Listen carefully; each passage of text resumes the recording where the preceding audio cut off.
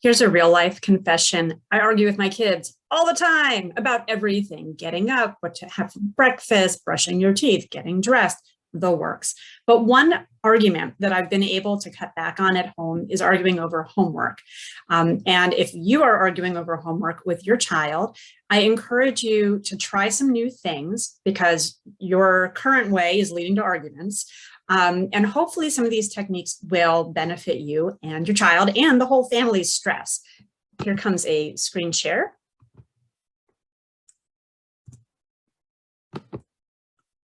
Okay, if your role in the family is homework enforcer, I want you to think about reframing that. Instead, become the homework cheerleader. The kids that we see at the tutoring center are so stressed, and they say things like, I can't do it, I'll never understand this, it's way too much. Your job is to say back, sure you can. You did your homework yesterday and it turned out fine. You asked your teacher for help last week, that wasn't a big deal. Just keep encouraging, keep it positive. If you're screaming about homework, it's not gonna work. Child's not gonna do it, which you know because you've been arguing about homework.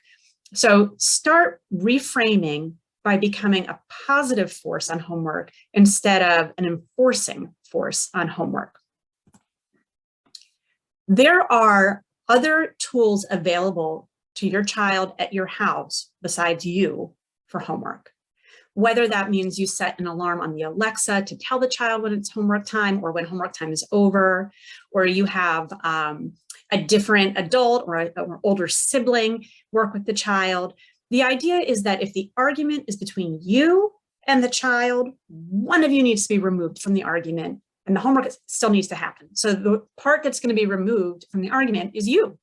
So you've been cheerleading, and now we're going to try to delegate some of the homework responsibility elsewhere. And using a timer or using your smartphone or whatever is a great way to have an actual time frame, a construct of when things happen and how long they should last. At the school that my kids go to, they have study hall before school. Once a week, every teacher has some kind of extra help session. There's free after school tutoring. There's the media center you can go in and the media specialists help the kids with their work. Use all of that.